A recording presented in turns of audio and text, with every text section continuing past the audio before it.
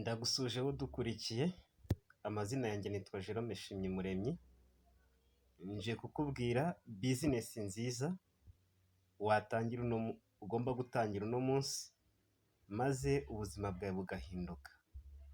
Boldrigen International, ubucuruzi bushingiye kuri product za wellness and beauty. Tugufitiye product za wellness ndetse n'iz'ubwiza. Wellness sate, beauty labote ni produit tugufitiye, ndetse tukaba tugufitiye na business ishingiye kuri izi produit.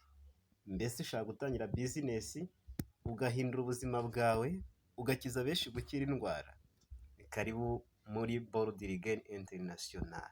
Muri Boldrigen International ni company imaze umwaka ikora, imaze kubaka ibikorwa hano mu Rwanda ndetse no muri iyi si, kuko tumaze gufungura imiryango mu bihugu 32 byose, ndetse tukaba tumaze kugira abanyamuryango barenga 3,000 ku isi yose. Dufite amoko 13 ya produit ndayakubwiraho, ndetse dufite ubuyobozi buduhagarariye haba hano mu Rwanda ndetse no hanze. Iyi company yatangijwe n'umushoramari Ndahayo Jean Pierre. Ni umushoramari ufite amafaranga kandi wihagije.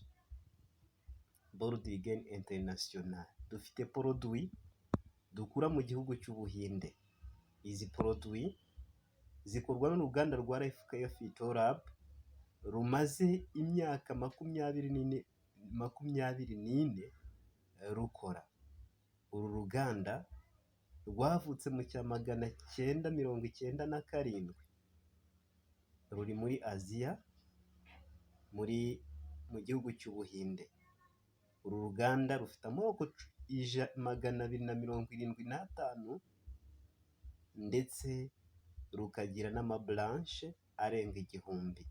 Ni uruganda rufite ibyangombwa, produit zarwo zemeye gucuruzwa ku isi ya rurema hariho hose, kuko zifite amasertifika. Dr General ni umujyanama w'u Rwanda mu gukora imiti gakondo, niwe nyiri uru ruganda, akaba n'umujyanama wa Boldrigen International. Boldrigen International ije guhindura ubuzima bwawe, ije guhindura ubuzima bw'abatuye isi ya rurema. Boldrigen International ni company yemewe hano mu Rwanda ndetse ishyigikiwe n'igihugu cy'u Rwanda. Ni nayo mpamvu mu gihe hasinywa amasezerano yo gukora produit, u Rwanda rwasinyanye amasezerano n'igihugu cy'Ubuhinde, bityo hakazakorwa produit binyuze mu ruganda, hakazubaka inganda, produit zikajya zikorerwa hano mu Rwanda. Dufite icyangombwa cya FDI, icyangombwa cya RDB, icyangombwa cya NIRDA cyerekana ko izi produit zujuje ubuziranenge. Muri Boldrigen International dufite amoko ya produit 13, ndetse tuzagira amoko arenga 68. Harimo produit za wellness, ari nazo tugiye kurebamo hamwe muri zimwe hano, ndetse tuzagira naziza beauty mu gihe kitari gitoya cyane. Produit ya mbere duhereyeho ni produit ya Double Stem Cell brand ya company ya Boldrigen. Ni produit ivura indwara ihereye muri selile yangiritse, selile zapfuye, ibasha kuzikura mu mubiri ikongera ikarema izindi nshyashya. Za zindi zahungabanye zitagifite imbaraga, ikabasha kongera kuziha imbaraga. Kubw'ibyo indwara yose, urwaye kanseri, urwaye diyabete, urwaye indwara yononnye umubiri wawe, iyi Double Stem Cell irabasha guhindura ubuzima bwawe, ndetse n'ubwo iwawe urwaye. Ni produit ikoze mu buryo bwa kimeza, itageze chemicals n'imwe ivangiyemo. Mal enhancement, ese ufite ikibazo cyo kurangiza vuba, warikinishije, ingaruka ziri kukugeraho, kubabara umutwe, umugongo ndetse n'ibindi. Ese wigiye kwa muganga bakubwira ko uri muzima, wakagombye utera inda, ariko ntabwo kubyara byaranze, uri umugabo urwaye kanseri ya prostate, ukomoka mu muryango w'abakunda kugira ikibazo cya kanseri ya prostate, iyi malnihasiment iragufasha gukira neza. Produit ya female wellness ku badamu bafite ikibazo cyo kubabara muri nyababyeyi mu gihe cy'imihango, mu kubura amavangingo ndetse n'izindi ndwara zerekeye ku buzima bw'abadamu, ni karibu witware female wellness, ubuzima buhinduka. Anxiety and stress, ese ufite ikibazo cy'umuhangayiko ukabije, uraryama ntugire ibitotsi, ufite agahinda gakabije, ukora akazi k'igihe kirekire, uhora kuri mashine, ugakunda kugira umuhangayiko, tugufitiye anxiety and stress izagufasha wowe ndetse igafasha n'umuryango wawe. Urayisanga hano muri Bold Regain. Diabetic Sports, niba ufite ikibazo cya diyabete, ufite umuntu urwaye diyabete, ufite abana barwaye diyabete, ni karibu kuko twakuzaniye umuti muri Bold Regain ubasha guhindura ubuzima bwawe. Umuvuduko w'amaraso, ese ufite ikibazo cy'umuvuduko w'amaraso, ufite umuntu abawurwaye, ni karibu tuguhe umuti w'umuvuduko w'amaraso maze ubuzima buhinduke. Ufite ikibazo cy'umwijima, tugufitiye produit ya Liver Health Supports. Iyi ni produit ikora ku kibazo cy'umwijima, umwijima wawe ukongera kujya ukora neza, ukongera kujya ukora nta kibazo, ni karibu urayisanga hano kuri office ya Bold Regain. Niba uribwa umugongo, ukaba ufite ikibazo cy'umugongo, turaguha Korora Fighting, ni produit iri bugukize ndetse ikabasha gukura n'imyanda mu mubiri. Ufite ikibazo cya sinezite, indwara z'ubuhumekero, bronchite ndetse n'izindi nk'izo ngizo, ni karibu twakuzaniye umuti muri Bold Regain.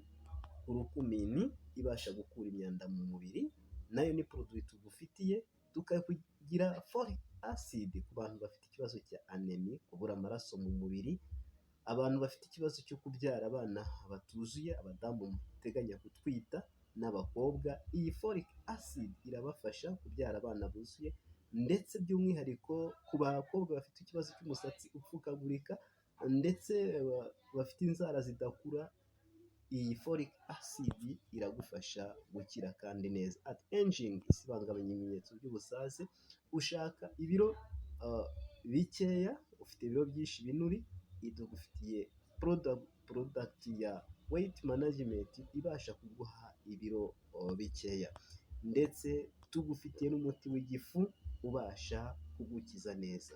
Akarusho, izi product izo urangura turaziguha package, tuguhe na kode ibasha kukugira umunyamuryango, bityo ukaba utangiye na business izajya iguha amafaranga menshi kandi cyane.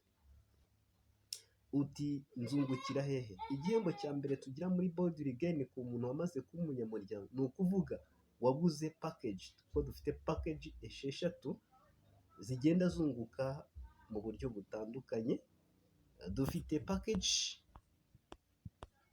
ya Diamond ya $2,650,000, ahangaha wirangurira produit tukakongeza system, ndetse iyi package ya Diamond ikajya iguha amafaranga menshi kandi cyane. Tukagira Emerald ya $1,350,000, iyi ni package nayo wirangurira produit tukakongeza system izajya iguha amafaranga menshi. Dufite package ya Sapphire ya $675,000, iyi ni package nayo itanga amafaranga menshi cyane. Tukagira package ya Gold, aho twara product ebyiri, double sim cell ndetse n'iyindi uhisemo, nayo ikabasha kuguha amafaranga menshi cyane. Dufite Silver produit ebyiri, iyi ni package nayo ibasha kuguha amafaranga menshi cyane, ndetse tukakugira na package ari itangira ya 35, aho twara produit imwe ukatwara na system ariyo y'ingenzi iguha amafaranga menshi cyane. Mbese wakunguka gute mu gihe washoye muri Bold Regain? Mu gihe waguze produit ya Bold Regain, dufite uburyo burenga 6 uzabonamo ibihembo, uzabonamo amafaranga. Uburyo bwa mbere ni retailing, aho uzajya ugurisha produit imwe ukabona $7,000 cyangwa se ayarenze $7,000. Icyo kikaba ari igihembo cya trailing.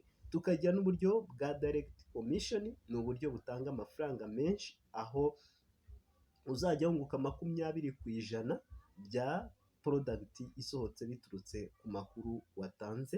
Tukagira igihembo cya team bonus, aho uzajya ubona 11% kuri produit yacurujwe biturutse ku bo bagiye bagukomokaho. Dufite igihembo cya upgrade, aho uzajya ubona 41% biturutse ku bantu bakoze upgrade cyangwa se bongerera agaciro k'imigabane mu baguturutseho.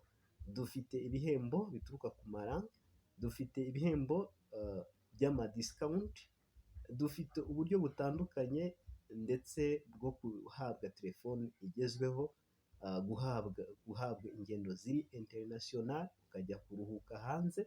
Dufite ibihembo by'inzu bazaba barakoze cyane. Ni karibu muri Boldly Gain, ubuzima buhinduke.